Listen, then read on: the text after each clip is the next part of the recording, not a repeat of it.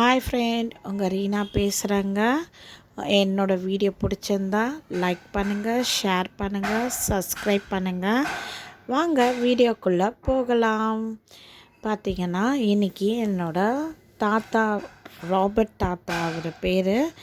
அவர் எங்கள் அம்மாவோட அப்பா. சென்னையில் தான் இருக்கார், மசூதி தெருவு. அவருக்கு இன்றைக்கி இறந்த நாள். ஸோ அவருக்கு நம்ம சாப்பாடு வைக்கலாமா? என்ன மாதிரி சாப்பாடு அவருக்கு ரொம்ப பிடிக்கும் தெரியுங்களா? அவருக்கு ரொம்ப பிடிச்ச சாப்பாடு பார்த்திங்கன்னா மட்டன் சுக்கா ரொம்ப பிடிக்கும். அதனால் வருஷம் வருஷம் அவருக்கு முந்திரி போட்ட மட்டன் சுக்கா செய்கிறது என்னோடய வழக்கம்.